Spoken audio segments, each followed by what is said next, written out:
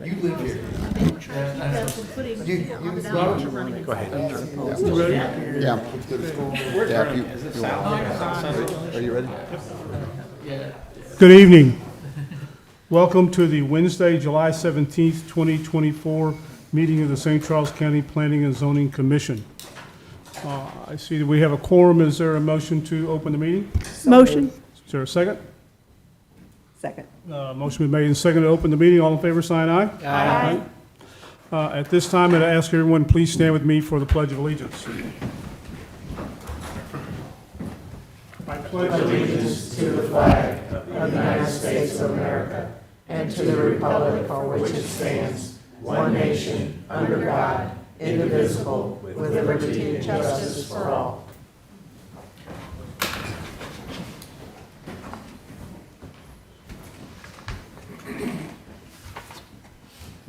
The following applications are tabled, be continued to the next meeting if someone's here for any of these. This is a zoning map amendment request at 678 Forestdale Road, RZ 24-05.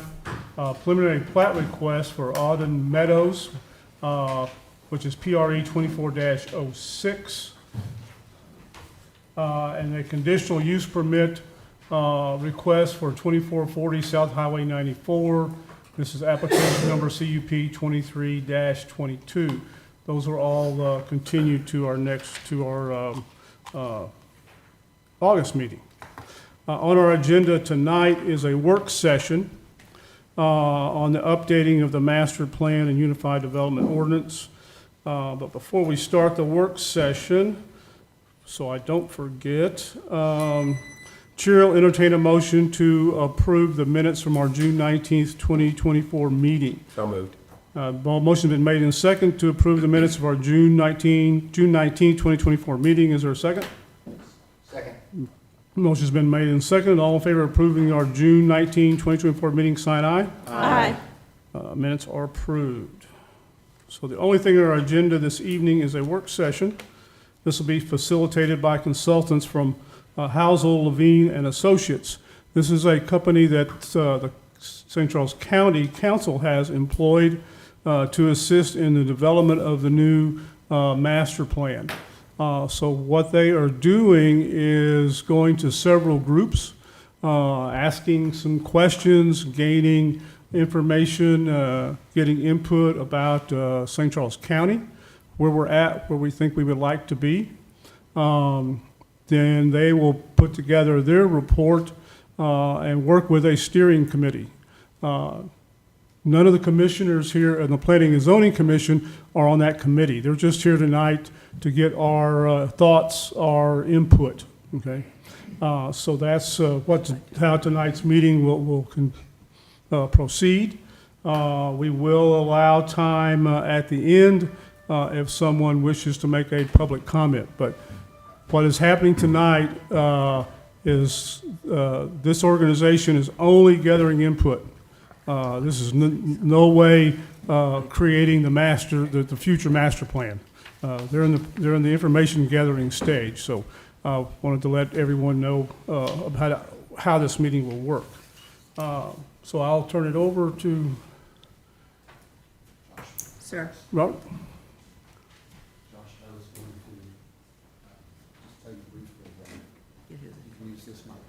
I am on the steering. You are? Yeah. Oh, Yeah. Okay, we'll be wanted fine, to- it's just me, yeah. Okay. And then how do I switch over? Oh, there we go, perfect. Thank you. All right, well, I just want to say thank you to the Planning and Zoning Commission for having us tonight. It really is an honor to be here and to be kicking off this project with the whole community. We've been here since yesterday afternoon, and we've already had the opportunity to talk to quite a number of people just in a day and a half of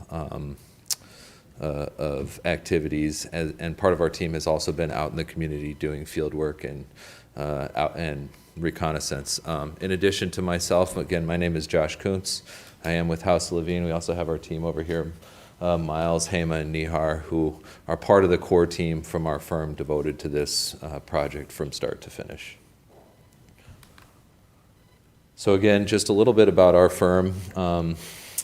We do planning studies all over the country. We are based out of Chicago. We have a few satellite offices. At this point, we've done nearly 450 planning and zoning studies in 32 states. 250 or so of those have been master plans or comprehensive plans, just like what we're doing here in St. Charles County. And a subset of those, a big chunk, has also, we've followed up the master plan process with a UDO, which really is the best way to do it. So you set your policy guide, and then you follow it up with the regulatory documents that can help you implement the community-driven policy guide. Even though we do bring national experience, we also, we like to, we bring national experience, and we like to have that inform any of the work that we do in any community. So that's something that we can bring to the table. We might be able to tell you something that worked well when we did the countywide comprehensive plan for Fort Wayne in Allen County in Indiana, or the countywide plan in Clarksville in Montgomery County, Tennessee. There's a lot of best practices out there that we like to bring into any project, and it's not theoretical for us because it's best practices that come right out of the work that we've already done, or something that's worked even here in communities we've worked in the state of Missouri, like Springfield or Jackson, Missouri, where we're just wrapping up a project. Even though we do bring that national experience, just like you just said, we do spend the first third or so of any project getting up to speed on the specific issues and opportunities facing the community. We're planning experts, we're zoning experts, but we don't know St. Charles County yet the way that you all do. And that's a big part of our process, is doing our due diligence and getting a good understanding of what actually is facing the community before we start doing visioning and goals and recommendations. We need to have that understanding of the community first. Any project that we do, we don't do cookie cutter plans, we don't do templates. It's going to be tailored specific to the community. It's going to be based on what we heard in community outreach and what we've heard along the way. We're going to innovate. When we do outreach and activities and events with the community, it's going to be fun. We're not going to be faking it. We really do enjoy doing planning work. Our firm is a planning firm first and foremost. We don't do architecture and planning or engineering and planning. We do planning and we do public outreach. So this is what gets us excited. We think that it will come across as you tune into the process along the way, and you'll see that we're enjoying what we're doing, and we're really invested in this project as you all are. Even though we're having fun and we don't take ourselves too seriously, we do take this work very seriously. We understand that we're dealing with the public dollar and that we're dealing with the long-range vision for your community, and we take that absolutely very seriously. And this project's very important to our firm as well as it is to you. So a very short agenda here tonight. I'm going to spend just a few minutes on kind of planning process 101. What are we trying to do with the master plan and the UDO? Perhaps more than anybody, you all are familiar with these documents, but sure. You may, Josh. what UDO stands for. Unified Development Ordinance, yep. The zoning regulations, absolutely. We're going to give you a little bit of an introduction into what that is and what our process is, show you our project timeline. We're going to spend the bulk of our time here tonight that we have with an issues and opportunities exercise with you all. And if you do have those worksheets, let's just wait till we get to the exercise, because the way that we work through them, we'll do it together. I want to give you a little preview on some of the online outreach strategies that we already have set up. They're going to be available shortly via the county's website, and then we'll take it out with next steps. So sometimes a master plan gets called a roadmap or a blueprint. We're looking out long range, 2 decades. What would we want St. Charles County to be like in 2045 or so? If this document is doing it the right way, it should be something that engages the community both in the process and ultimately when it's an adopted official document, policy document of the county. It should identify the community's desires, needs, and aspirations. It is an aspirational document at its core. It's visionary, it's lofty, and at its core with the vision and goals. It should provide an assessment of the county's issues and strengths. That's part of what we're doing right here in this first trip to the community. And then guide a broad range of topics at the policy level. So this will be your should statement. If we want to achieve this vision, what should the county be doing? What are the policies that we generally should be following? What do we want to see where? And it is a dynamic document, so it can get updated along the way. It can also get updated with sub-area plans or additional studies that might feed into the overall master plan. Very important document. You have your current master plan document. We'll be looking at that as part of this, as part of the update. If this document is doing its job, it should be sharing the county, the community's collective vision. It should be used right in this room to evaluate and inform development proposals, so you have concrete policy to look at as you make tough decisions about development. It should set the foundation for the regulatory framework. So again, the master plan is your policy guide. The UDO, or the zoning ordinance, is your the teeth, the actual law, the shall statements. More than even in a typical master plan study where we stop at the end of the master plan, we're going to be following up with the zoning regulations so that you can make sure that the community gets the type of development it wants where it wants it. So the 1-2 punch, it's really a great economy of scale and a great way to do this. The updates are going to come right on the heels of the master plan. A good master plan can coordinate local and regional initiatives. So we all know that no community is an island. St. Charles County is no different when we talk about trails that extend outside of the community or development on the edge. There's several municipalities within the county that need to cooperate and also cooperate with the county to get things done. So local and regional initiatives. The master plan won't be your capital improvements plan, but it can support your shorter term budgeting.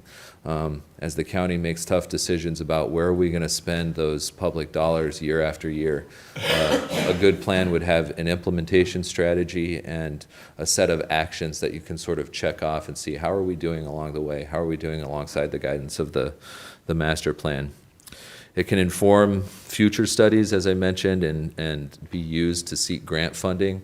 One of the first questions often on a state or federal grant application is, what does your master plan say about stormwater or green infrastructure or trails or whatever it may be? And if you have that language in your plan, you're that much more likely to be able to get those grant funds so that you can actually move the needle on the projects that are important to the community. And then lastly, maybe most important, planning documents historically sat on collected dust on a planner's shelf. They would be taken out to write a memo. A lot of text, very dense. You might need, the average person might not ever delve into it. More and more, these are documents that are living online and people have access to. And the trend in planning as a whole is that they should be written in plain English. You don't need to be a land use lawyer or a zoning attorney to try and dig into what does the county actually want to do? What are they saying? Should be clear and easy to understand so that anybody can get a handle on where the county wants to go. This is a graphic that I like to show. The master plan, again, is what the county should be doing. It's a policy guide. It sets the stage for, generally speaking, where and how do we want to see housing? Where do we want to see commercial development? What areas do we want to preserve for green space and open space? Your UDO is the primary tool that you use to implement that future land use plan. And I know I'm speaking to the choir a little bit here, but regulating specifically what's permitted on my parcel.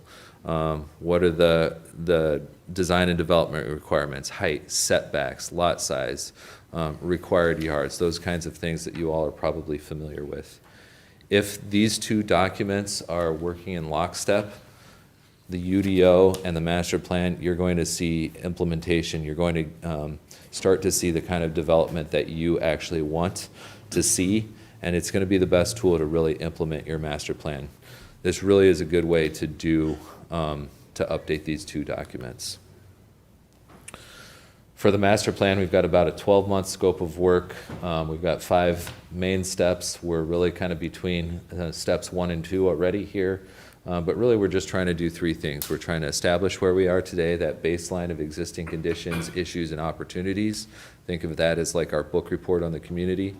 As we pivot into step 3 in a few months, we'll be going out to the community. We'll be thinking lofty, aspirational, where do we want to go in 20 years? And by the time we've put all that together and established a community-based vision and set of goals, we'll be ready to start drafting the policy chapters, the where do we want to go part of this process.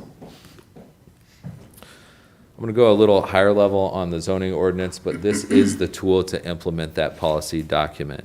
Again, we're regulating use and development of property. This is something that the county can use to shape the built form. You can get more specific and start to get the types of developments and proposals that you want. A good code will regulate the norm, not the exception. So what that means is that it's going to be based in your existing land use patterns. We're not trying to create a lot of nonconformities or any onerous requirements with a code. You have your established land use patterns, and we want to continue or make it easy to develop going further. It should be user-friendly and easy to navigate, understandable by all, and be supported with graphics and tables, things that are easy to follow and understand. Again, even if you're not a land use attorney or a zoning lawyer, you should be able to open a zoning code and basically be able to understand what you can do with your property, where you can put a fence, how many stories you can build, that sort of thing. If this is doing its job right, it'll accommodate new development and redevelopment clearly. It'll let developers know what they can and can't do, and it'll support innovative approaches to land use. The code is not the policy document. Again, it is county law, basically. It's the shall statements, what you shall do with your property. It's still not going to accommodate every single situation. It will be easier to use. You probably will see fewer zoning cases coming before you because the code will be clearer and the applications will be able to move through the process easier. But it won't prevent all nonconformities. It won't fully eliminate the need for zoning relief. That's still going to happen. But perhaps most importantly, it's not going to be overly burdensome to development, investment, businesses, homeowners. They're going to be able to understand what they can do with their property. These processes overlap a little bit, but it's about a 12-month process to update the zoning, the UDO as well. So there is a certain economy of scale there, but we would expect that in 24 months, give or take a few months, and we've already been working on this with staff for a month or so, we would have this fully adopted, both documents, volumes 1 and 2 of your new policy and regulatory documents. I guess I want to pause and see if there's any questions from the commission before we get into the workshop. Are you going to be meeting with us frequently, or is this just a one-time deal? I believe, I'll turn that over to Robert. We'll be back before you guys during the adoption process. Otherwise, there is a steering committee that's been established to guide this process along the way. Okay. Is that accurate, Robert? Yeah, there's, is this on? Where do you post publicly when the steering committee and where the steering committee meets? Is that posted on the county website? We post that, our Community Development Department posts that. You just post online? We post it online and we post it physically in the building. Oh, at the building? Yeah. Right. And it's where the agendas and the same place where you find the council agendas and everything like that. If you go down, you'll see a master planning steering committee. It's Okay. on there as well. Thanks, Yeah. Brian. Yeah. So you had a question about the Planning and Zoning Commission involvement. I don't know if you have any comments on that, but the Master Plan Steering Committee is charged with creating the master plan, but obviously the Planning and Zoning Commission plays an important role because you see land use, zoning, and the development process, at every meeting. So you have real-life experience every single month on what you're thinking is working and not working, and you have insights that you can share. Now, in terms of meeting directly with consultants, I can't remember exactly how many times it's in our contract to do so, but there's multiple trips that are being made by Alza Levine here to St. Charles County over the next 24 months. And I'm sorry, I can't remember how many times we'll be meeting with the Planning and Zoning Commission, but I know there'll be input by various public bodies, including Planning and Zoning Commission, the public. I'm sure you're going to cover this, but there's online component, there's surveys, there's input with maps online for the public. There's going to be all sorts of ways to have input. Yeah, and with the website, everything that we do, from meeting summaries to draft content, once it's gone through the kind of staff and steering committee cadence of approval, that will be posted to the project website as well, which will be linked to the county's website very shortly. Any other questions? Okay, good. Well, Hema's going to come up, and we're going to use this easel right here. But you should have a 4-question worksheet in front of you. Does everybody have that and a pen? Should we set that over there so the people in the audience can see? Well, as we fill them, we're going to tape them up on the, so Okay. that they will be able to see them, yeah. It's a tough room, but we should be able to, I think once we have them up, everybody will be able to check them out. Okay, so I want to start with just question 1, and again, you have your paper there. Go ahead and jot down, in your opinion, what you think the 5 top issues or concerns confronting the St. Charles County community are. In your opinion, top 5 issues or concerns. And I'll give you just a few minutes to do that.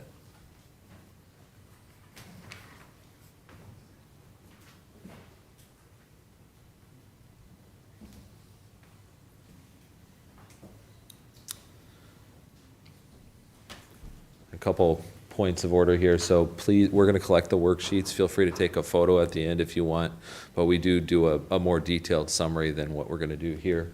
The other thing is, we've been asking similar questions, or in some cases the same questions, across the various groups that we've communicated with, and we will ask the public as well, so that we can sort of compare answers and see what floats to the top.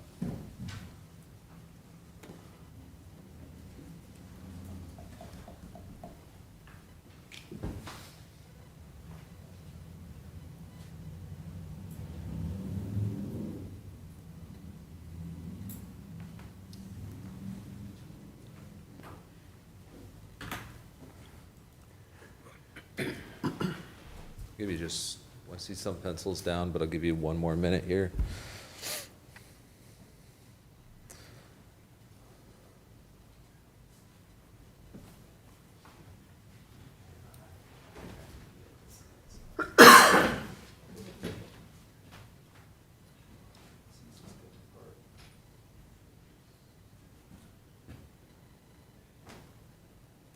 You know what, if it would help you, you're welcome to set it right here. I mean, that way multiple people could. Yeah.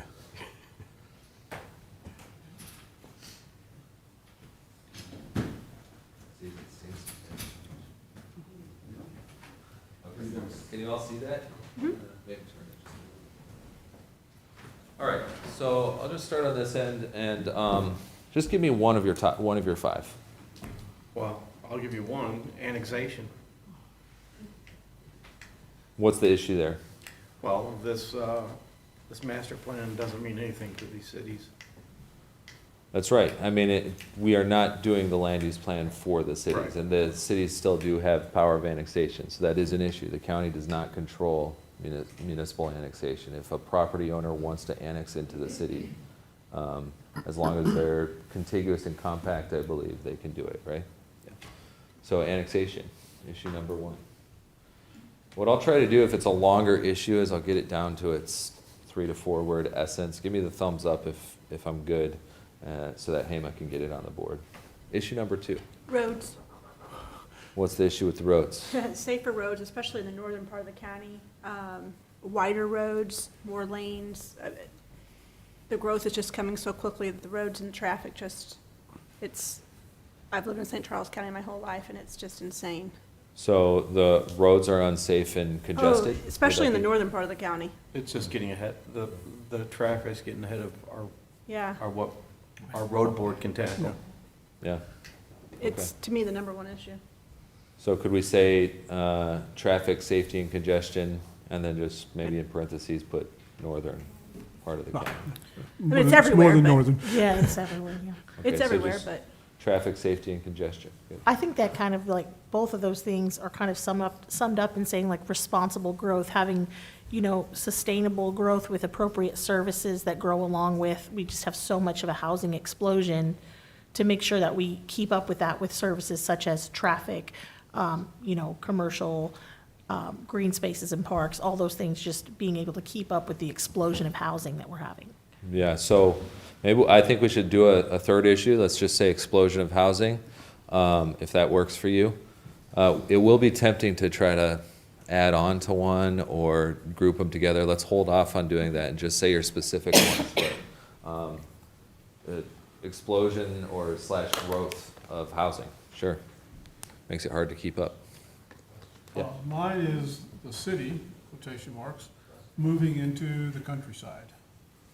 And are you talking about like the city, all the urban areas, right? urban sprawl. Urban like- sprawl. Well, our, sort of goes along with Mr. Baker's annexation, where the available land to develop is now in the county as opposed to inside the corporate limits of the various cities.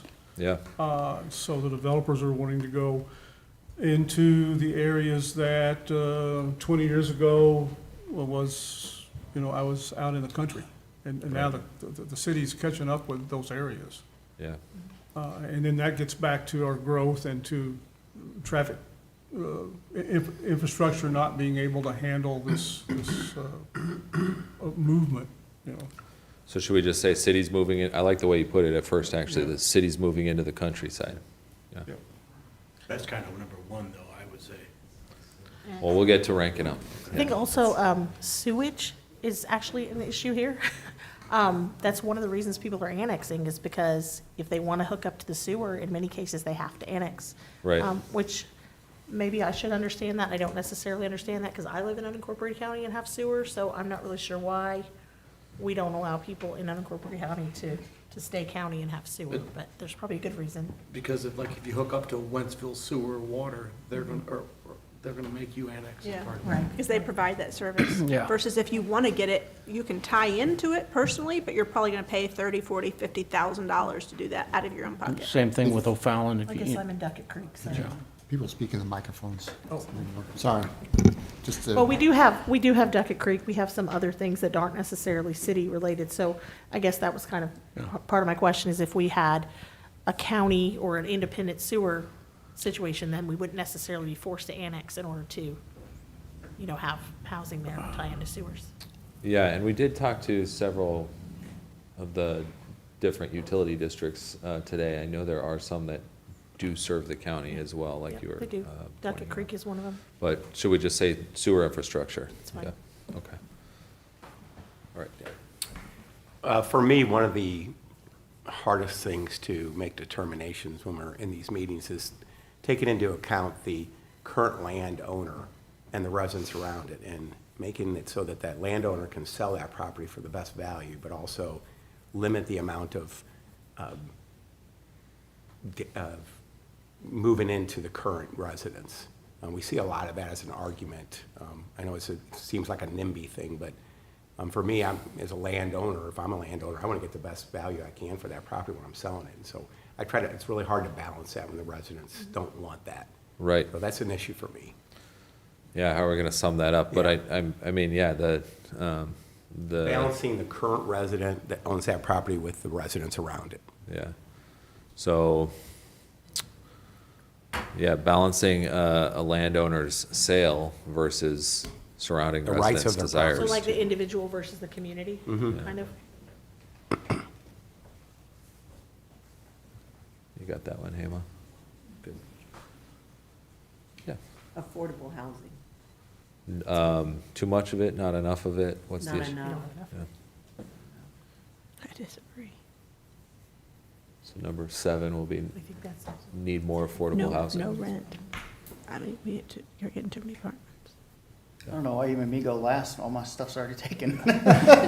Thank you for saying that. If your stuff's already taken, just say pass. and we'll go- I we'll go got a back couple around. here, but most of them are around. I would say, and it kind of does tie in to the explosive growth, but the density and the amount of apartments that we've grown in the county, I think we need to start slowing the density down, but that goes with the growth too. Agreed. Yeah.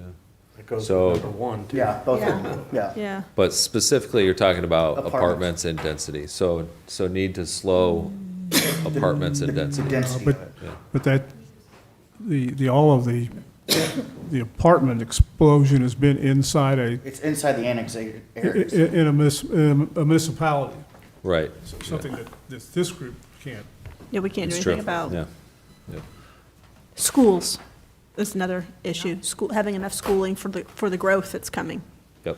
Okay. Let me, it's just a second so we get this one taped up.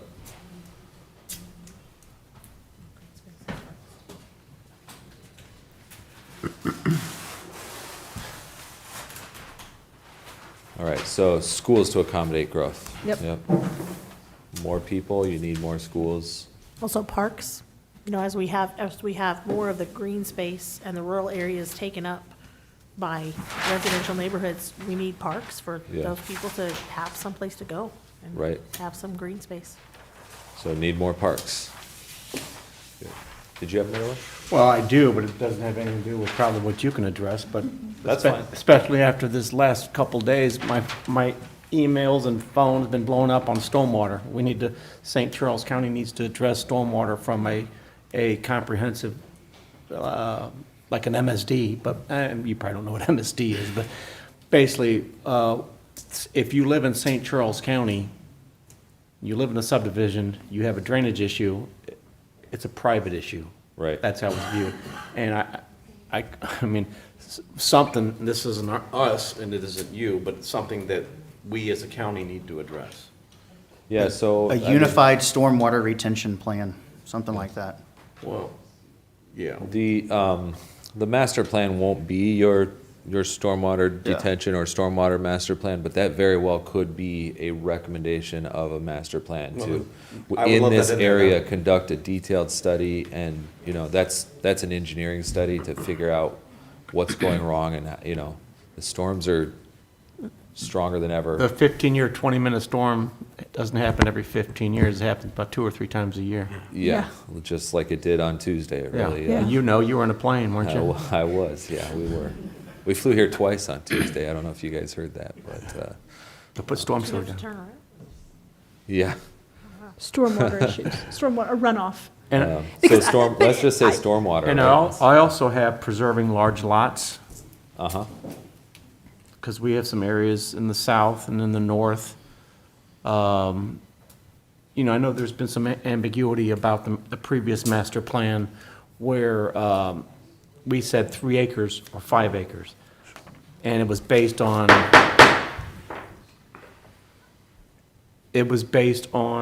density. So if you had a 1,000-acre piece of ground, you can make high density in the middle as long as it equated to 3 acres. And I think there was a lot of confusion during this last couple of months, and I think we'd like to remove all ambiguity. 3-acre lots means 3-acre lots. Yeah. 5-acre lots means 5-acre lots, as opposed to density overall.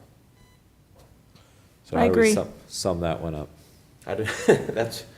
Can you write all that stuff down?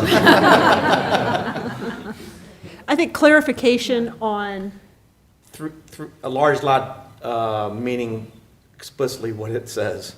So lot size ambiguity, basically. So lot size ambiguity. Yeah, so again, like if we, 3-acre lots, we have the master plan that says, we identify this area as 3-acre and this area as 5-acre. Not this area as a density of 3 acres or Sure. a density of 5 acres lots, but 3-acre lots. yeah. Clarification on lot size or something? Yeah, lot size ambiguity. Yeah, lot size ambiguity, I think that summarizes it. Yeah, we're just at the start. I can't promise you that it will be exactly the lot size that you want. I can tell you that the new documents will have no ambiguity. That will be very clear. I can absolutely tell you that right now. and it'd help the community. Yeah. Just sort of a side question, so looking at the previous, will you be looking at the previous one and saying, okay, 20 years ago when we did this, we thought this area was going to be industrial. Turns out it's not, because things were suggested that this area is going to be industrial, and so when people come through with other things, the argument's given up, well, we thought it was going to be industrial, so it could be this, it could be that. Are you going to take a look at that and say, yeah, we've looked at, and in 20 years, that stayed residential, or this became more agricultural, what's the new one we've got? Recreational, agricultural recreation, you know, those type of things, like. Yeah, agricultural tourism, you know, but are you gonna take a look at that, at the whole and say, okay, this didn't go where we thought it was gonna go, so we need to rethink this? Absolutely. That's exactly what we're doing, and that's what Miles and Nihar have even been doing today, is taking a look at existing land use patterns, and that's, I mean, we've started to look into your previous master plan. It's good, and that's common. Yeah, it With happens. a master plan, it's a long-range plan. It's not a crystal ball, so that I wouldn't want to say that's a failure of the master plan necessarily, but No. the new master plan absolutely needs to do exactly what you're talking about. Well, I don't think anybody anticipated the amount of quick growth that we've received in the last 10 years, 20 years ago. I mean, it's, you know, people are away from moving from the city to the county, you know, from St. Louis County and city into St. Charles for the reason why it is the great place that it is to live. Yeah. Will you go to large landowners and say, hey, if you've got 2,000, you know, you've got a couple thousand acres, what do you plan on doing with this? Do you want to sell it? Do you want to turn it into subdivision? Is it going to stay, you know, family farming? Do you guys do stuff like that too with very large landowners? You know, at the county scale, that could be hard to do when Okay. there's so many landowners. I'm But- talking major landowners. Yeah. There's probably not too many people in the county that own 3, 4, 5,000 acres. Then you have to talk to the heirs, because the heirs are the ones that Yeah. usually sell it. True. That's not gonna happen. We Okay. do have a series of key stakeholder interviews and focus groups scoped, which Ham and I have already been doing today, so, that could very well be, you know, Okay. a major landowner could be one of those important, you know, they sell their property, that could change the Yeah. landscape of everything. Let's see if we have any more, we're about up to you here. Did you have any other issues that you wanted to get on or all taken? Pretty much, probably Jeanette's sort of affordable housing. Yeah, and water. We talked about sewer, but water too, water availability. The only thing I've added to that was affordable, and then the mix of housing that we have. I'm talking about in the county. I mean, in the various cities, we've got a little bit of everything. And you're saying we need more of a mix in the county? Possibly, yeah. And are you talking in terms of like price range or housing format? Both. Or all of the Well, above? hers is a price range. Mine would be formats. Okay. Yeah. Yeah, and to not let the lesser expensive houses be predominant in just one area. Sure, Keep them mixed. yeah, okay. So a need for a mix of housing, yeah. I would also say lack of rural services, such as, you know, not necessarily, I mean, some of the county with police response times and things like that, but also with our fire, EMS, and other services that not necessarily come back to the county, but overall, this Yeah. master plan is going to impact a lot of those. We mentioned schools, but water, sewer, fire, EMS, all of that, the infrastructure of all of our services that collectively we offer. Yeah, lack of rural services, good. Any others, anything that hasn't been mentioned so far? Actually, Yeah, I heard This- water availability, right? That Yeah. was- this may seem a little bit strange in St. Charles County, but things like food deserts, I mean, there are areas in St. Charles County where you might have 5 grocery stores within 5 minutes each way, and then there are areas where you might have to drive 20, 30 minutes to get to a grocery store. You know, I don't know if that's something we can, if we have the zoning, we're talking about having everything be less ambiguous, but if we have a zoning where this huge area is all residential and there's nothing commercial in there, how are you gonna have the services that they need? That's a You good know. one. So let's get the water, so water infrastructure, and then food deserts. And that can be real in a county. We think of food deserts as like a problem in cities, but you talk about residential development that's dispersed across large areas, it can, for some folks, it can be hard to get to a grocery store. Particularly if you keep everything the same. If it's like, okay, this is all residential and there's nothing in there. You know, Yeah, and you hit upon a historic problem with zoning, which is that whole areas were zoned and it said, this is all single family. And then that's all you can do there, And then there's no right? gas station for them to go to. Yeah. There's no grocery store and there's no, yeah. That sounds great to me. You know, if you live south in Defiance, the wine region, I guess you're Yeah, 25, 30 minutes to the closest gas or grocery. gas or Great. grocery. I love it. Maybe in some areas we want to preserve that, that's fine too. Well, and I think the people that live in those areas know that going into it, hopefully, too. That that's something that they've said, you know what, I don't mind driving 20 minutes to Walmart.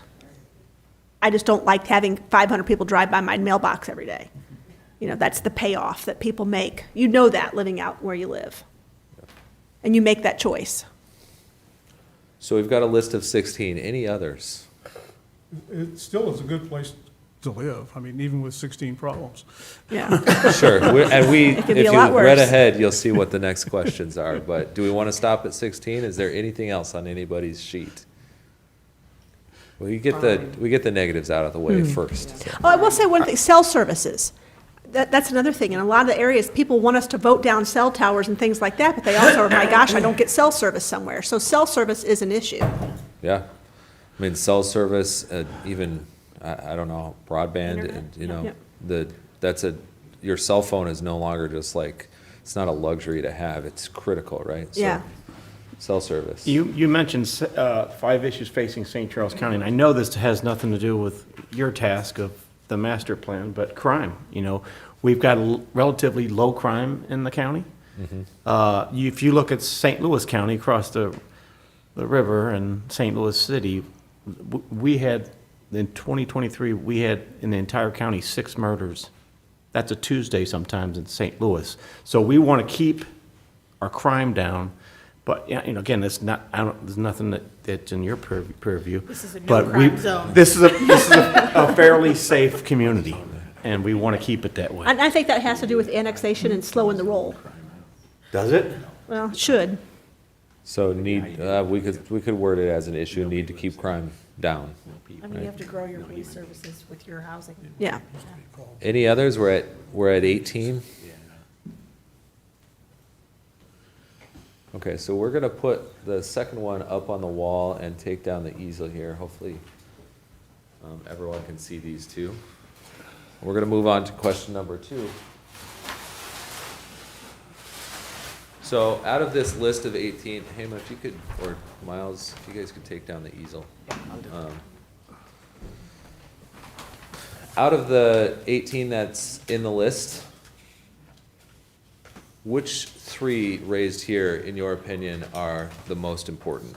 List in order of importance the 3 most important issues discussed so far. And you don't have to rewrite the issues. So if your top issues, for example, were traffic, sewer infrastructure, and stormwater, you would just write 2, 5, and 11. You don't need to rewrite the whole issue. So you should just, under question number 2, you should just have 3 numbers. Okay. Can I combine all those since infrastructure? to Yeah, me and- infrastructure. Yeah, Yeah, 1 through 4. Don't combine them. Try not to combine them. We're gonna just stick to the specific here. Okay. I know it's tempting. I know it's painful not to, but just 3 numbers under question number 2.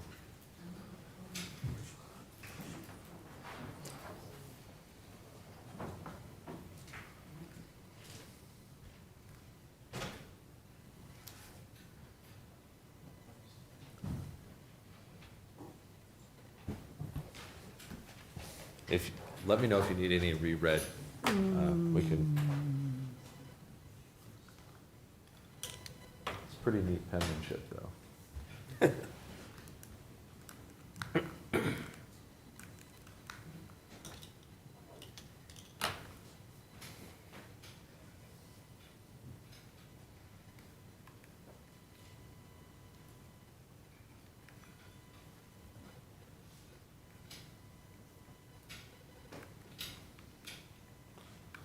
I see some pencils down. Okay, so what we'll do is I'll read off the number and the issue, And if that was one of the ones that you don't, that doesn't have to go in order of importance for this part of the exercise. If that was one of the three numbers that you have, just go ahead and raise your hand, okay? So who had number one, annexation, as one of the three top issues? We've got 2 votes. Who had number 2, traffic safety and congestion? 3?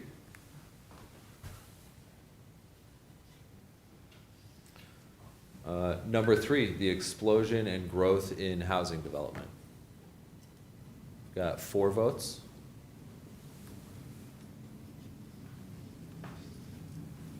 Number 4, the cities and the urban areas are moving into the countryside. Who had number 4? 2 votes.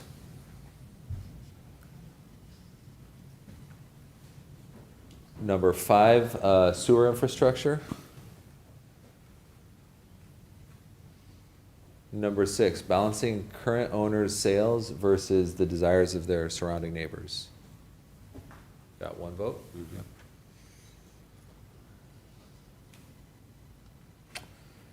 Number 7, the need for more affordable housing. 2 votes. Number 8, need to slow down apartments and density. That is a top issue. None?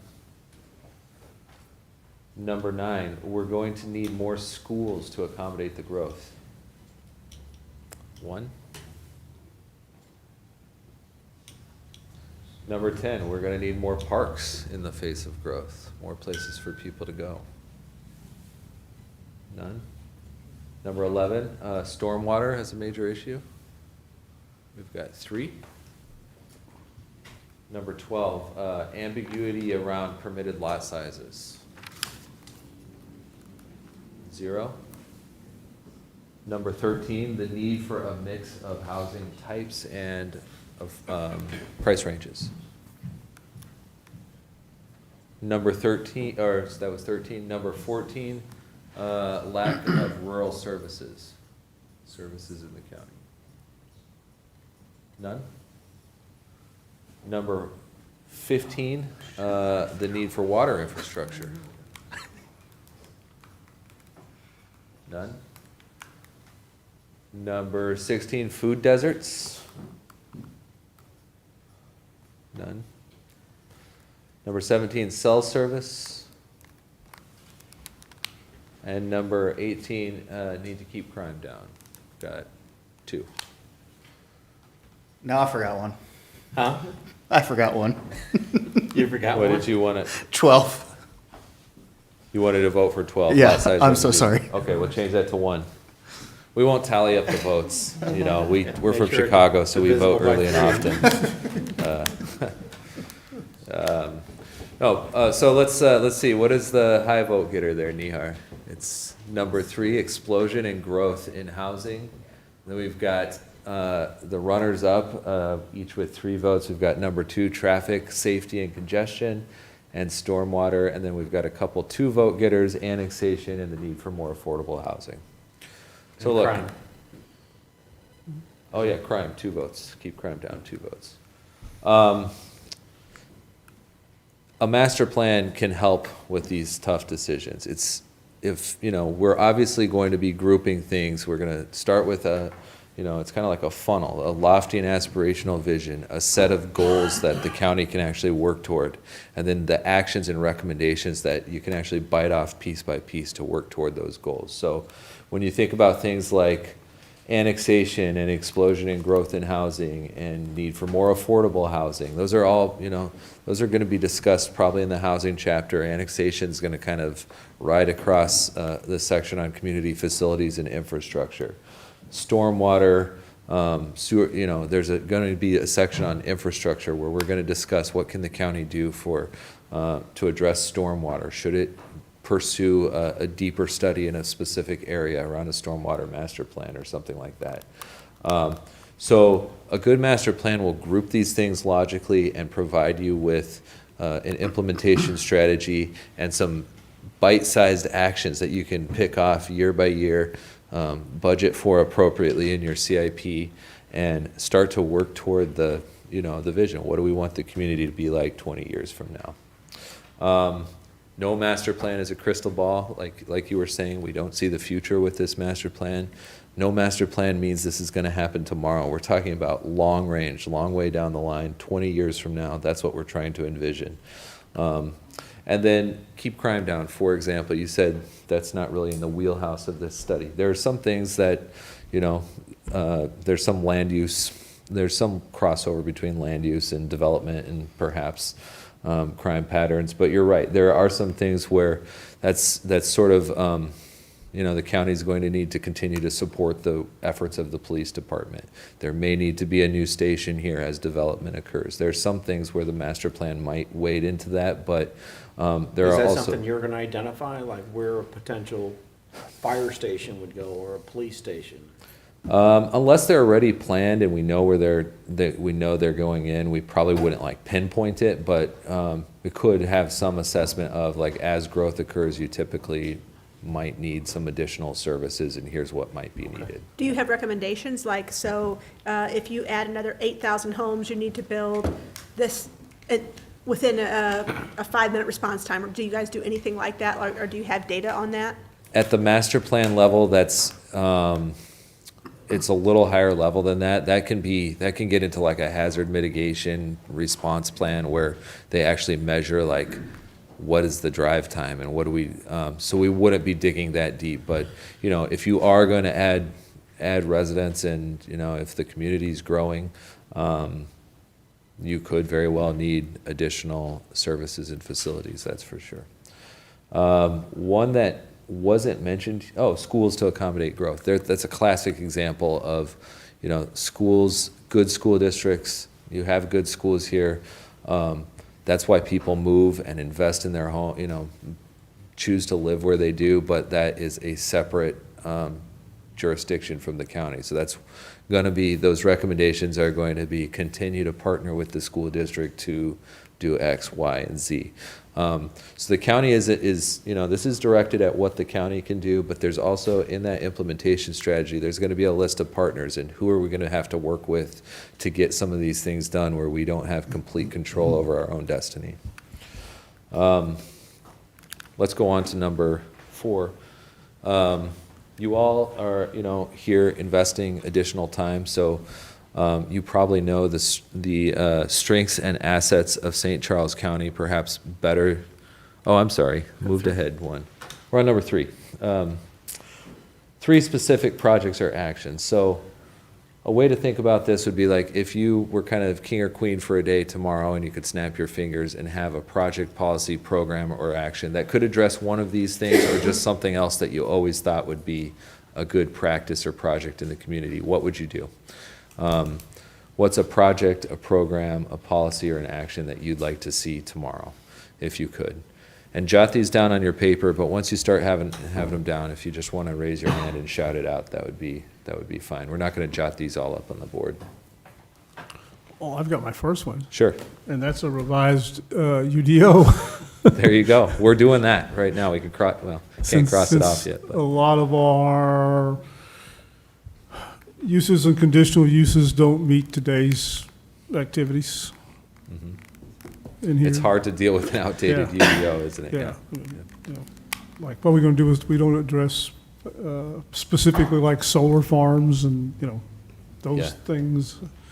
Yeah. Yeah, I mean, I was on the other side of this, in Robert's seat for a municipality, and I hated when something like that came up and didn't have the support for or denial for whatever it might be. So yeah, A type of public transportation. some type of public transportation, good, yeah. For just residents in general, for people trying to get to work, or just public transportation. Just in general. Okay. There's also to go to work and also for the residents, Yeah. If you don't have the vehicle yourself, you don't get there. Yeah, that's good. I would like to see us identify areas of controlled growth, like regions of large lots. Okay, identify areas of controlled growth. Yeah. Are you asking all of us to? Yeah, sure, just, we're not going in order Oh, necessarily, I mean, we're just, just, yeah. well, I mean, again, this isn't in your purview, but you state county. I'd like to see storm sewer issues being addressed via some funding source. What that is, I don't know. Okay, so find some funding to address these storm sewer issues. Yes. Yep, good.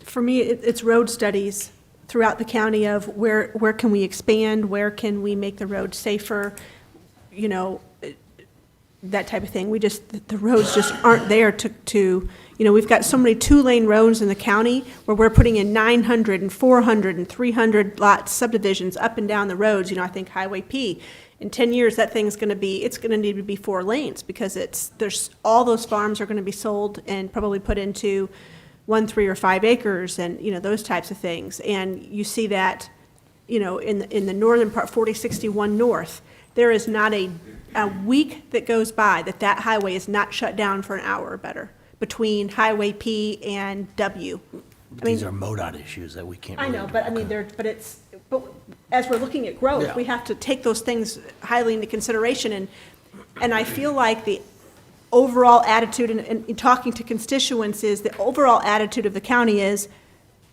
get as much stuff as we can in here, we'll worry about everything else later. In my opinion, it should be the opposite. Let's look at how are we going to support the growth that we have reasonably so that we don't have people dying every day on 4061 North or on Double D or wherever these areas are. I mean, or sitting on the highway for 2 and 3 hours weekly. Yeah. You know, I think there needs to be that change of attitude of, let's be preventative instead of reactionary. Okay, yeah, good. Any other projects, programs, policies, or actions that you'd like to see? Like Roger mentioned about the UDO, I think, you know, we need to revisit all of our zoning ordinances, you know, with regards to residential R1, R2, R3, PDUs, and Yep. everything. Just revisit it and accommodate today's reality. I agree.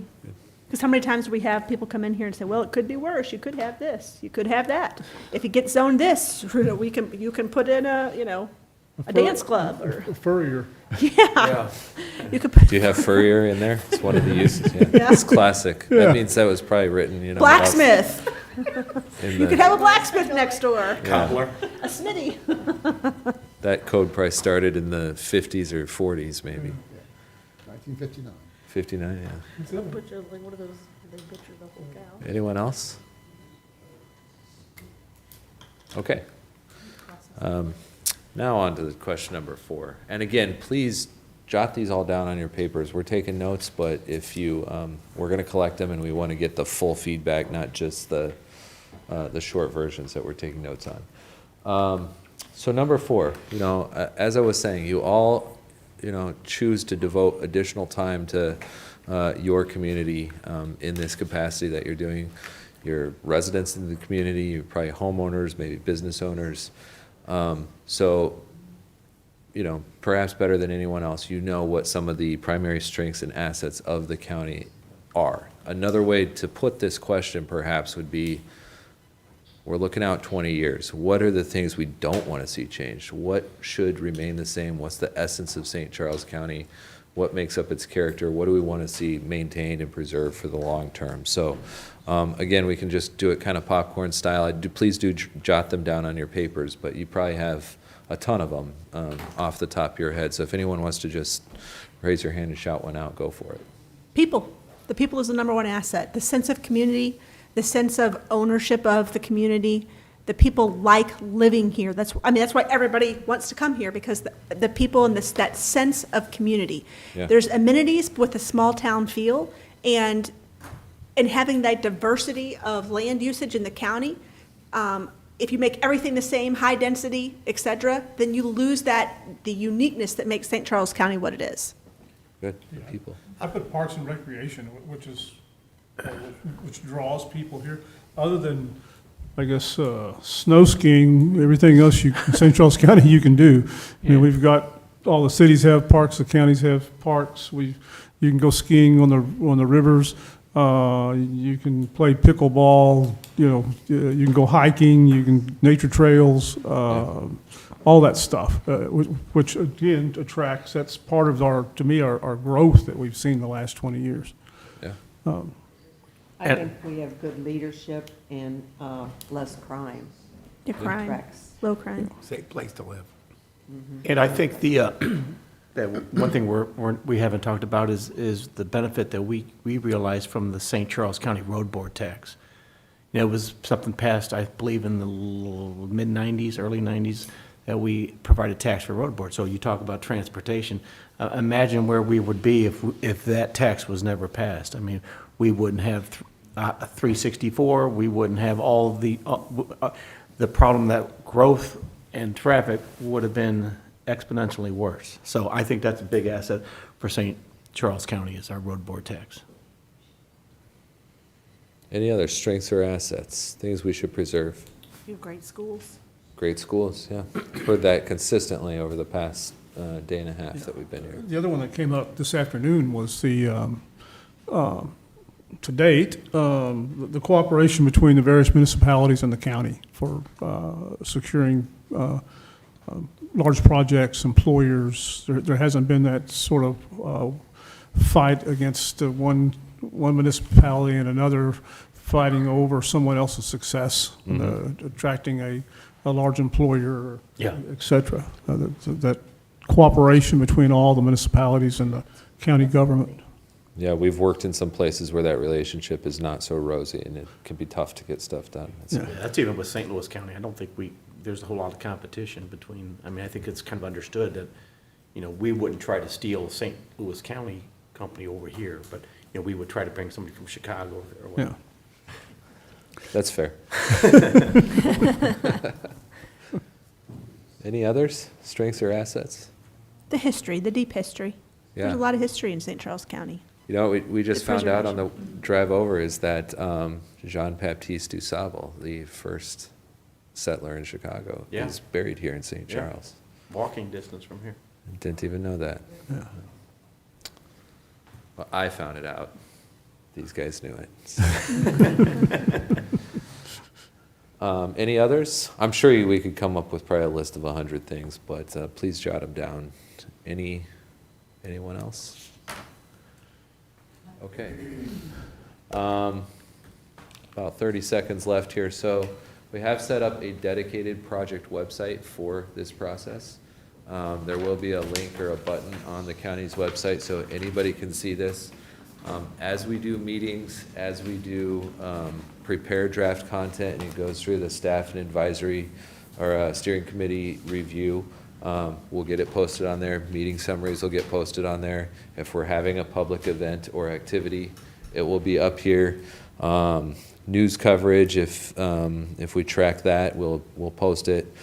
Anything that we do for this project is open and available in public on this project website, and you don't even have to remember the web address because you can just go to the county's website. Is it active now? It is active now. I don't have the address up. It's live, and as soon as it gets posted, it'll be available to Thank you. everybody. On there is a community questionnaire. This is a very easy questionnaire to take. It'll take you about 10 minutes to do. Questions for residents and or even people who come here to work. Anybody can take this questionnaire. There's a logic question in there, so if you're a business owner or operator and you want to answer a few more business-specific questions about the sign code or the process to getting your business started, you can take those as well. Again, very easy to do. It's mobile friendly. Anyone can do it. It's just one way to participate. So I would challenge the commission, if you could tell 5 people about this and make sure that they take it, please go ahead and do so. Spread the word. You'll get the link to the website and the questionnaire shortly. Do we put stuff like this on like the Facebook page and stuff like that so that it can be, shared and? Yeah. Yeah, we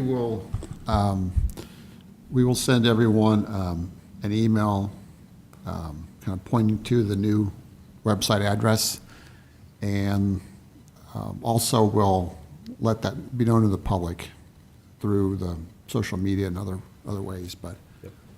And then lastly, if you're a person who maybe would prefer to do something more spatially based, we have an online mapping tool available. So you can drop a pin. If you can use Google Maps, you can use this tool to identify community assets where you want to see new development, problematic intersections, traffic safety, all those kinds of things. You can drop pins on this map. You can even upload a photo of the issue. It's mobile friendly. You do have to create an account for this one so you can return to your map if you want to add to it. But this is also live, so you can go in and sort and say, like, show me all the community asset comments that people have been leaving. Show me all the problematic intersections. Some communities, this gets more traction than others, but it does build a GIS data layer, and we'll turn that over to the county as part of the process. And can use it to support and look at areas to take a closer look at as we get further into this. So all these tools are live and available, and we will be doing an in-person exercise. We'll be doing some mapping and visioning that is somewhat analogous to this. So there's opportunities both online and in person to weigh in all along the way. Next steps, again, we've been doing key stakeholder interviews, and we had a business workshop this morning. We're doing more key stakeholder interviews and focus groups tomorrow. Online engagement will be live like ASAP. So again, please, if you're in this room, ask 5 people to check it out and take the survey. It's very easy to do. Some might even say it's fun. It should be. You're talking about your community.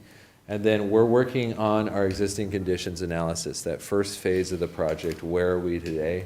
Our book report on the community, make sure that our firm and our project team is in lockstep with staff and the steering committee, and we know the community before we start visioning goals and recommendations. So I do want to say thank you all to having us tonight. We do take this project very seriously. It really is an honor and a special privilege to go through this with you, and we're excited to be kicking it off and looking forward to what should be a very good process. Ultimately, it's our sole mission in this process is that this is a master plan that reflects community input and is the community's master plan and reflects what you all want to see in your community, and similarly a UDO that can actually get you what you want over the next 20 years. This should not be a House of Levine plan for St. Charles County. It should be the community's plan, and that's very important to us. So again, thank you very much. Really appreciate it, and let me know if you have any questions. Thank you. Thank you. We'll now open a public comment. If anyone wants to make a comment, we can't answer any questions, but if you want to make a comment, feel free to. We swearing in, Chairman? No, this is a public comment, not a public hearing. Great. I think most of you know me, Bill Carrier, 4310 Diana Lane. I just wanted, in the brainstorming session, which I thought was very well done, if working for Boeing for 35 years, I can't count the number of brainstorming sessions I led, so very well done.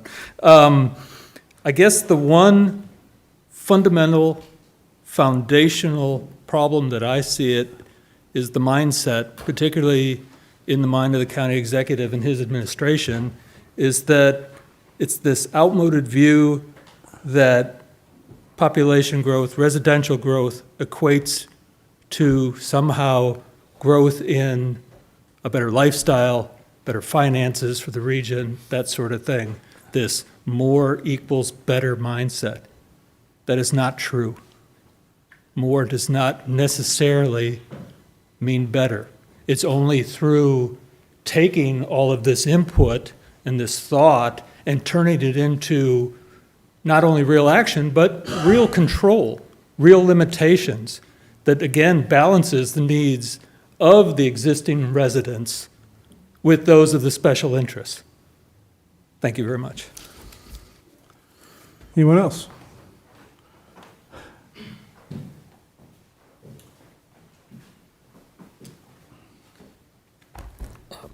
My name's Sean Mann. I live out in Defiance. Thank you for the presentation by Housel Levine. I would highly encourage Housel Levine to meet with our group, Citizens for Smart Growth in St. Charles County. We include over 2,000 members of the local community and probably the most active field organization group, grassroots effort in our community that's very concerned with the development in the community. If we haven't been marked as a group to meet with us, I think you're doing a complete disservice in this exercise. So encourage you to reach out to any of our members sitting here. You'll see we're pretty much the only community here tonight. With that said, I know there's a lot of talk about UDOs. Sorry. Yeah. Yep, sure. So UDOs, really, I mean, we need clarity on this, and I know Tim brought it up. Lot size has to be at the forefront and very much specified in this plan. You know, you guys can't be put through the ringer again either, and neither can we. We don't want to be here. We want to have full trust you guys can do your job. We want you guys to be able to reference that UDO and be able to say, here is the lot size and here's the specifications. And I think something that wasn't brought up here was kind of brought up about the parks in general, but we're talking about a plan for the next 10 years. There's some keystone pieces to St. Charles County that really don't exist in St. Charles County, Jefferson County, anywhere else. Talking about Bush Wildlife, Weldon Spring Conservation Area, and actually the Army training base that sits right in the middle of there. If this project doesn't take on of what the vision is for that over the next 50 years, you're missing a chance. There's a real possibility when you guys are gone, I'm gone, someone 20 years from now says, wow, Weldon Spring Conservation Area, Missouri Department of Conservation doesn't want it anymore. Maybe they should just build houses on it. I think there should be a realistic long-term plan to make sure that is totally solidified as a natural jewel and resource for the county. That's something that makes the county very unique. So I'd encourage you not only to look 10 years ahead, but to solidify the jewels that we already have in this county to make sure they're protected forever. Thanks.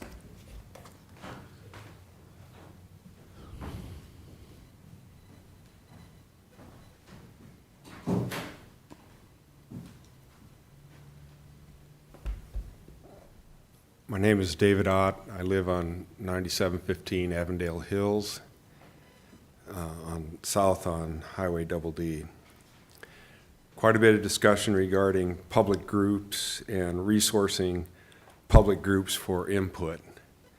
I have two questions. What is the criteria to be included in your public groups? Not discussed tonight. I'd like to have a list posted on the website of who the public groups are that you've already solicited and received top issues from. As was previously stated, we have over 2,000 constituents that are part of our group, and this is the first time we've been involved with a master plan that is forward-looking for 10 years, 20 years, that's going to define through planning and zoning what our county looks like. Is that on your website currently? We could put a list of we talked to staff and a list we are going to summarize everything that we've heard, and it'll have the names of all of it. My third point is a plan is one thing, but executing to a plan is another. And it's been my experience in the last 24 months is we've had a plan and we sat around and talked about the plan, and when it came to push to shove, the plan was ambiguous, and whether it be council or commission, they find a way to set it aside and say, well, it's only a guide. Well, if it's only a guide, why are we paying $130,000 for these guys to come and give us a 10-slide presentation, go through a process of down selecting to what a few people feel is priority? I think that is very, very weak. It's very, I think very. tonight was just to ask our opinions as people who talk to constituents and stuff like that. I don't think they're making any decisions based on our input. This is just from the things that we've seen and stuff like that. And I think the online, I would highly suggest with your group, pushing that, you've got 2,000 members, they all probably know 5 people. Now you've got 10,000 people who had input on the website.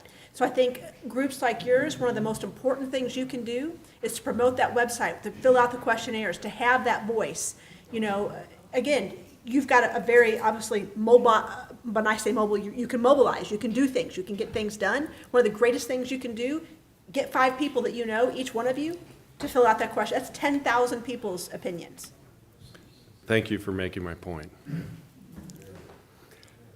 The point was made also that this group, this business entity, will inform and educate the community. We would like the opportunity to inform and educate this business entity on St. Charles County environment and its needs. You guys don't live here, and I'm confident that we don't want to be like counties in Illinois, don't want to be like counties in Indiana, Ohio, etc. So I think it's great you've got plans out there in other states, but it doesn't mean anything to me. Without the constituencies weighing in on it, you're just rubber stamping a boilerplate, process improvement template that they've probably used 20 times. Having input Thank now? you. What's that? Aren't the constituents having input now? I hope we do. That's what this is. I hope we do. Yeah.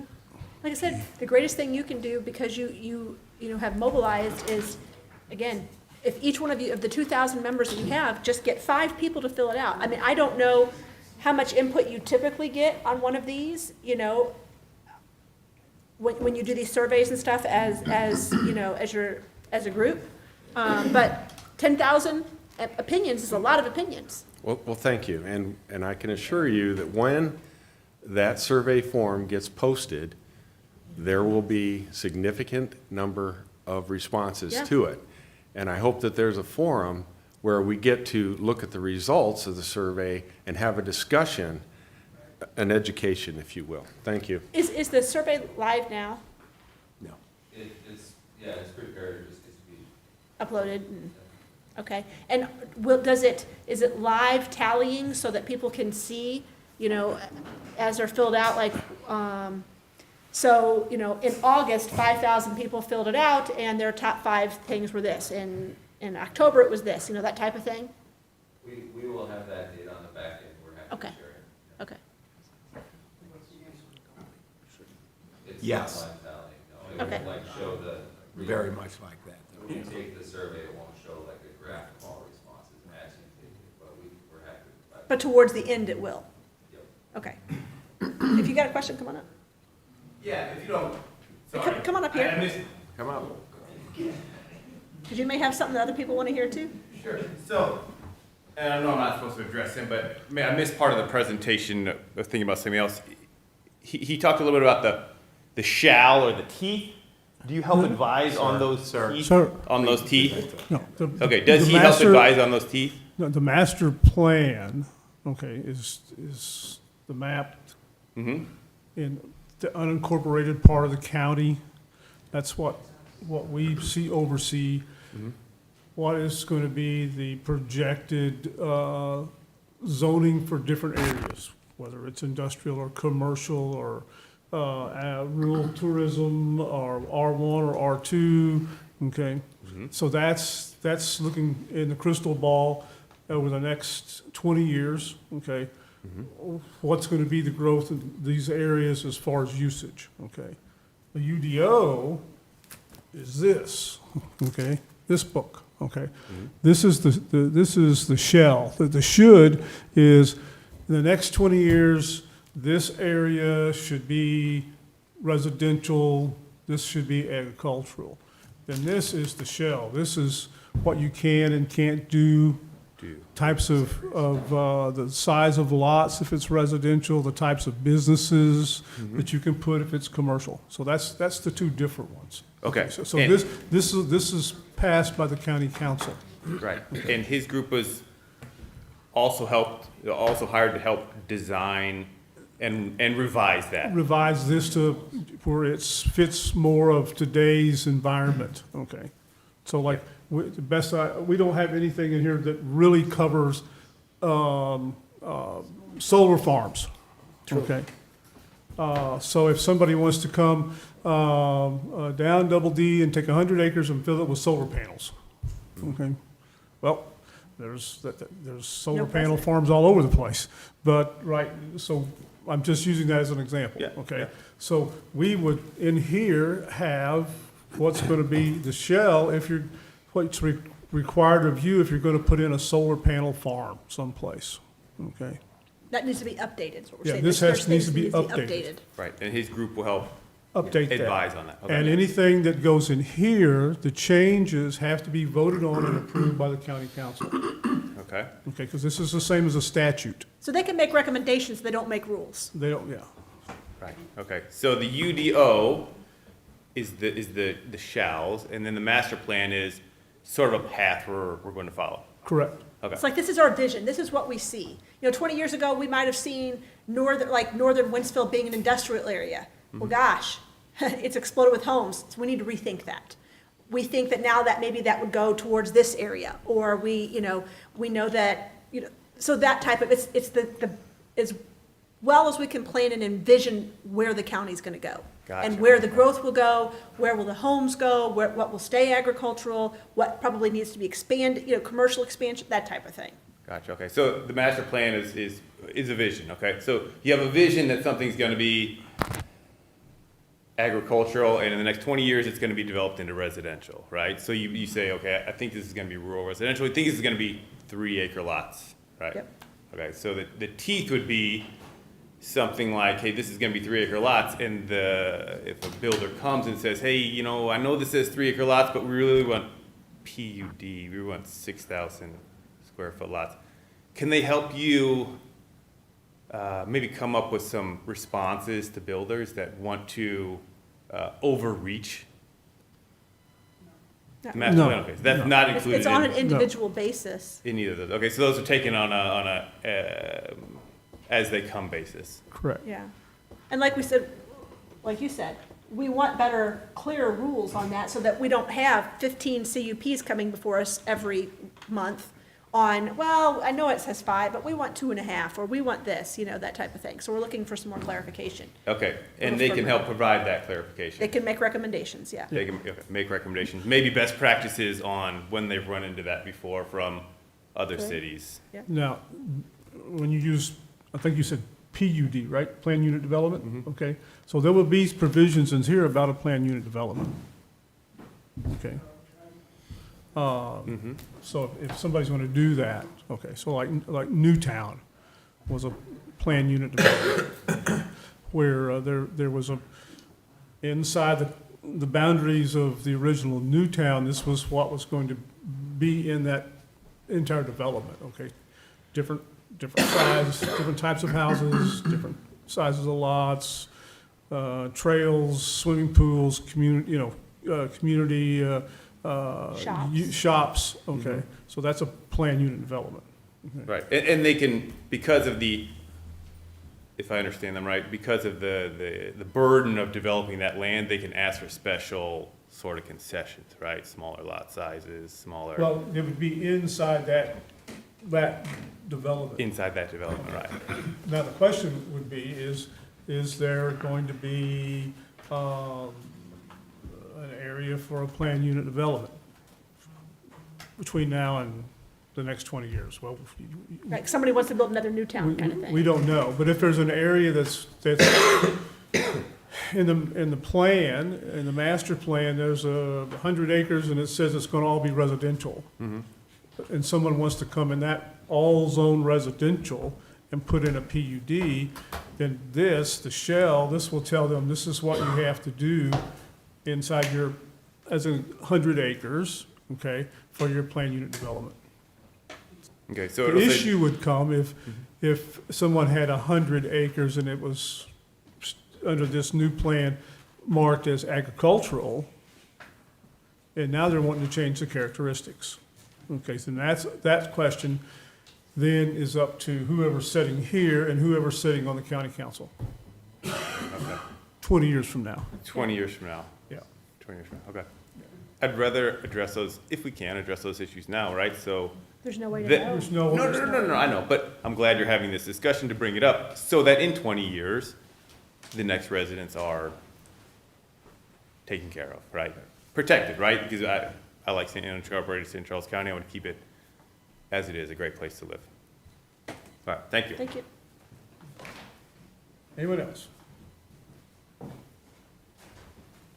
Hi, my name is Stephen Farber. I wanted to come up and say, first of all, I'm part of the Citizens for Smart Growth Group.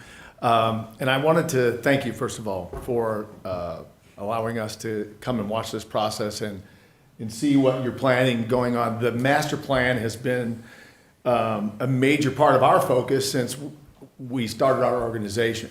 And a lot of the things that you have on your list up here that are some of your top vote getters are the reason we exist. And so we're really happy that you're going through this. You know, the annexation, explosion of growth in housing, all these, you know, a lot of these, the lot size ambiguity, a lot of these became hot button issues for us over the last 24 months, especially, you guys know, the big double D development issues that have been going on, heading, you know, kind of this, the other one here, cities moving into the countryside. That was one that you brought up. And our organization kind of got started with this a sense of fear.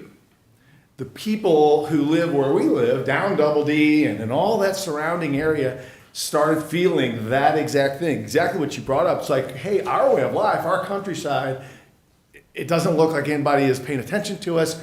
All of this, you know, stuff that's happening in O'Fallon with the explosion of the apartments and a car wash at every corner and so much new development. Even the people in O'Fallon are going crazy about it.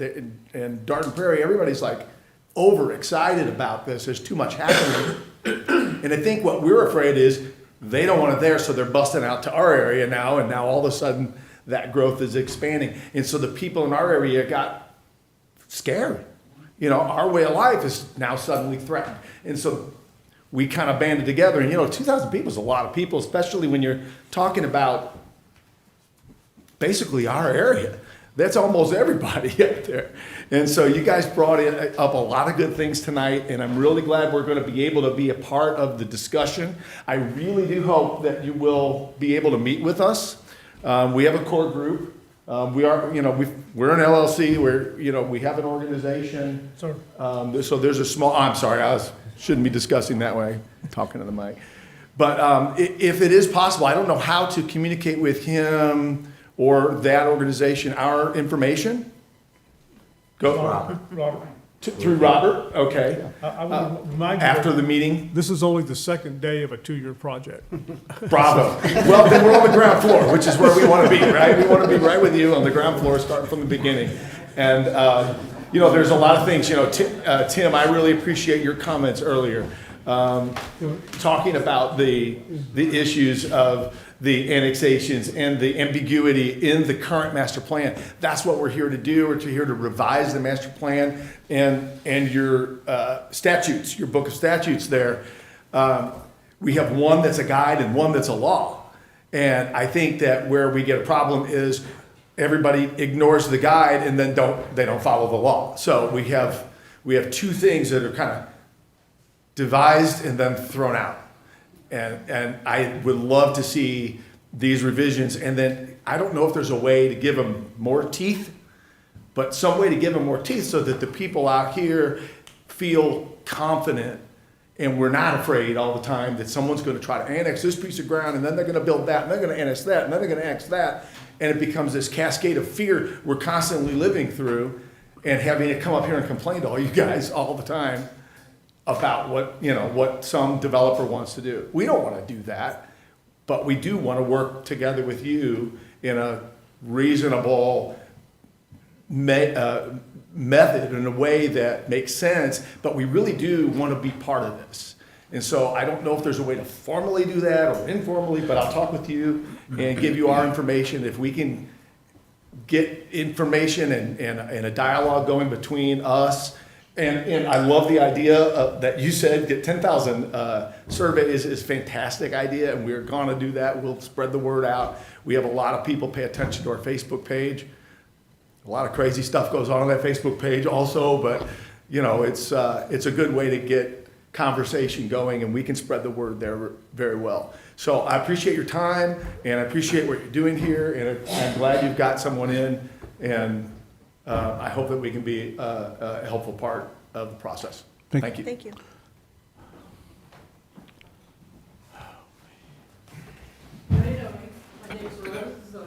I just have two questions. Were they the only bidders for this master plan contract? No. Okay. And I know not everybody is on the internet online, so how are you going to pass that information to them? Well, I will try to answer. I'm going to try to keep Steve informed, and I think that's the reason why you guys are here. I don't mean just the group. I'm talking about other constituents who are not online. I don't know. Who Is don't there- have that presence. Is there How are we media? gonna- Are you guys doing anything with the media, or? Well, media, yes, public meetings. There's going to be lots of different ways to participate. Well, you put out flyers sometimes for information. You can't do No. that to all the constituents for the unincorporated county? There's $100,000 that we was just have to spend. No, I mean, the intent is to have broad participation. So when we used to do master plans before the internet era, our reach was Yeah. so much less, and we had so much less participation, honestly. I mean, so much less opportunity. So hopefully, in this era, we can have our normal reach, or outreach, I should say, and that, plus we can have online outreach as well. So it's easier than ever, I think, to participate. Okay, and if we can go on and do the questionnaires ourselves, can we not also print it off and take it to other people that we know aren't online, and then present it to the panel? Like if you wanted to print it off, 10 of them, and take them to to neighbors, Yes. that type of thing. Yeah, you wouldn't bring it to us. Yes. You take it to staff. We could do that. Yeah, we're just one of the groups that they talk to. We're not in control of this at all. Is that a possibility to have a print-off version that could be mailed to the county? Yeah, I think someone has to collect the data, ultimately, someone has to type them into the survey itself, if you want to compare that data alongside all the other responses. I mean, Rose, what you should do is give it to as many people you can. That's in your group too. If you know if somebody's Right. not doing internet, I mean, today, I mean, you're gonna have so many responses today. There's gonna be 50,000 people are gonna go into this stuff and fill out that. Because Well, I I'm gonna hope spread so. it at my place, and we have a pretty big reach. We have 5,000 people we send out daily notices You know, to. if you have. So we'll do it. If you think about you know, And whether they you've got talk to people, and everyone talks to people. So it's gonna be unbelievable, the response. It really is. You've got community clubs, you've got churches, you've got, you know, schools, you've got all those places. You can say, hey, guys, would you please mind putting in the bulletin for the next month as one of your 3 or 4 lines about this survey for the county? I mean, there's a lot of ways to get the word out that this is something that you can do. Okay. Also, I mean, the libraries have internet, you know, as far as your neighbors, you could invite them to your house to fill it out on your computer. I Can mean, you there's fill it, lots of can they fill different it on their ways. phones? Yeah, Yeah, on they their can cell fill it on their phones. phones, their tablets. You could take a tablet. You could say, hey, if you guys don't have internet on Wednesday from 5 to 7, I'm gonna be at, Yeah. you know, whatever place. I'll have a tablet. We'll help you Yeah, fill, really. you know. There's all different ways you could do that. Okay. Yeah. Thank you. You're welcome. Okay, Arnie. 3 minutes, Arnie, 3 minutes. Comes the closer. Thank you very much, members of the Planning and Zoning Commission. My name is Arnie C. A.C. Genoff, County Public Advocate. We're going through growing pains, and that's what's been happening the last 10 years since our last plan, or 5 years ago. Every week, according to our building permits for new residential, we are having between 35 and 50 new residents every week. Our county is growing county in both the state and the nation. We're a designation. We're a good place to live, education-wise, community-wise, environment-wise. Now, I'd like us to look at the plans that Overland Park and especially Johnson County put into effect in Kansas, where they went through the forefront, and especially Overland Park. They built the roads, the sewers, the water, the police stations, the fire stations, the schools, the infrastructure before the residential and commercial development came. They did it right. They did it correct.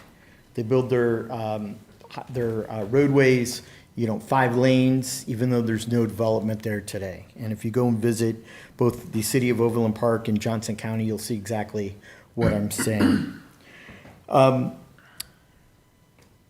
This planner from Chicago, it is a 6-figure contract, in addition to travel expenses.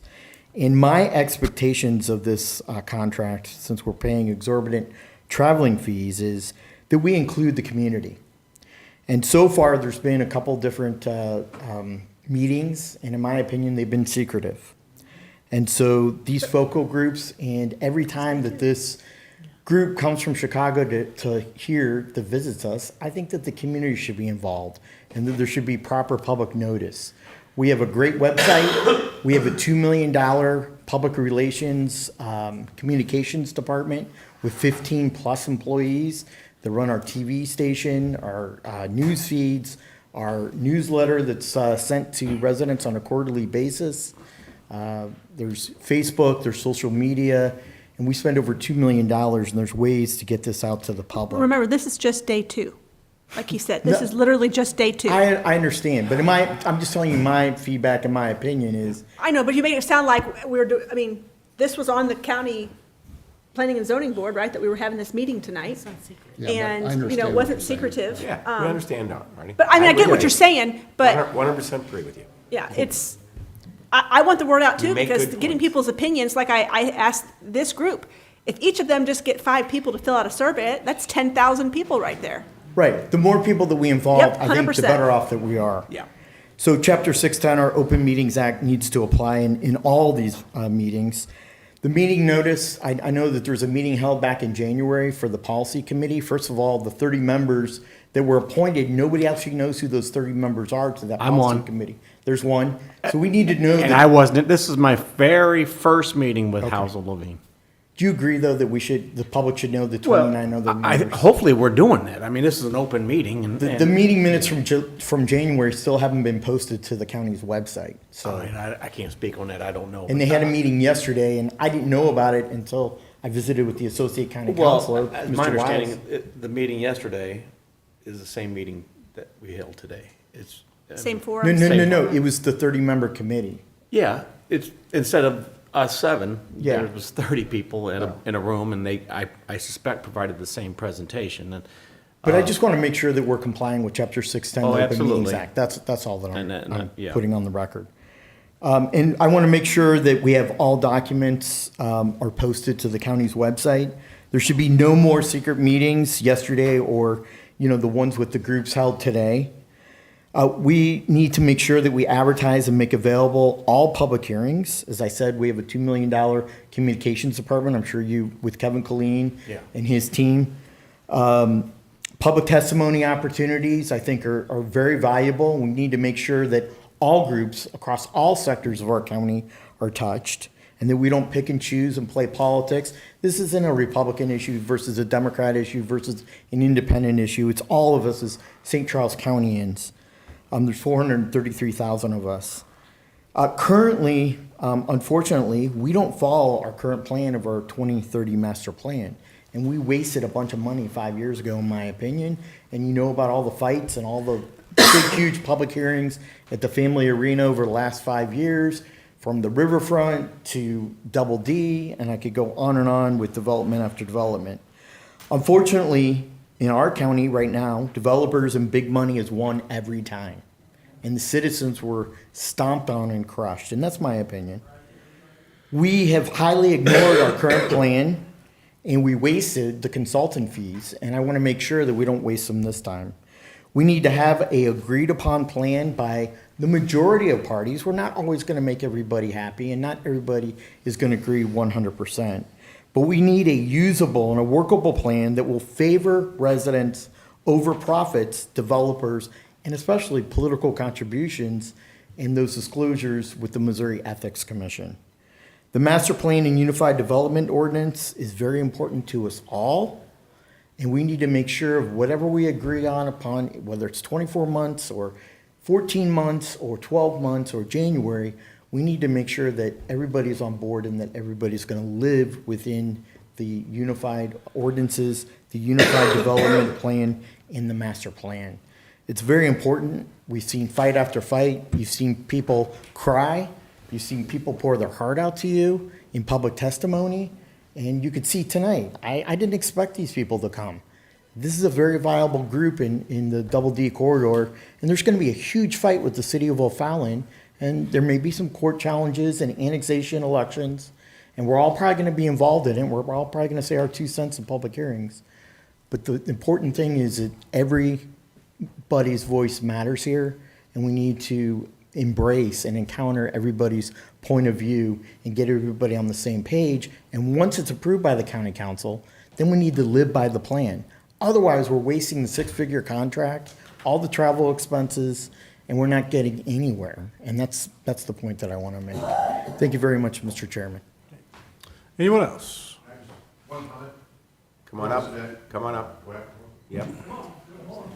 You're going to be recorded. Phil Bissett out of in Defiance, Missouri. Just a real quick point. Along with what AC said, the 30-member committee, I think Tim is on it. I would have thought that that would have been discussed in the overview. Who's Is on it, it? What do you is mean? it a gray area, or is it a secret, or What is do you it? mean? What do you Should be mean? discussed. Who's on it? We don't know. I think I believe I have somewhere a list of who's. Steering committee? It's on the Yes. website. Oh, it is? That's what I was just showing Arnie, just Ah, letting them know okay. it's on there, yeah. I was it's just on- curious about- If you just go on the county website, type in Master Plan Steering Committee, there'll be a link that takes you into like the thing that has everything. But there's a whole lot on the county website. I know it's hard to navigate because there's so much It is. information. But it's on there. I'd actually looked for it. I don't know how long it's been on there. Yeah, but- so if you have a problem, call. Yeah. Call the county, say, I can't find something on the website. They'll The help you. most recent master plan steering committee was appointed by the county council and the county executive in 2023. And so that's our latest. So it's 16 members, I think, is in all. By the county code, the master plan steering committee is tasked with composing the master plan to be reviewed and potentially adopted by the county council and the county executive. Gotcha, so there's 16? Yeah, I think it's 16, And 16 then, members. just to clarify, and that was just a point I want to make, just for everybody too, and when it comes to the land use and the zoning and those types of components in the draft, the P and Z Commission will actually make a recommendation on those parts of the master plan committee and either approve what the master plan steering committee has done, or, maybe make approval with recommendations that we do sometimes, or just approval too. So there will be another opportunity here, there'll be opportunity for them, an opportunity here to review those aspects of things, and then the But council. the- will make And Brian, is correct, the steering committee has to be open to the public, right? Yeah, the meetings have been posted. Okay. They've been happening. Okay, Yeah, they have thank been you. posted, so, That- yeah. Had that question too, thank you. Which is on the normal agenda. The normal agenda, if you look up on there, it does the list of everything, county council going down alphabetical, master plan steering committee is on there. Just one other question. Can citizens sign up to be notified via email or text on those meeting notifications like county council and other commissions or boards? Where? Probably. I mean, most boards and commissions, I think they'll ask you whether you want to sign up for notifications. So that's probably one of those. Could you just check to make sure that's? Yeah. Just in terms of the previous master plans, so I got to make sure I got the years correct, but we did master plans in 2018, 2013, and then 2008.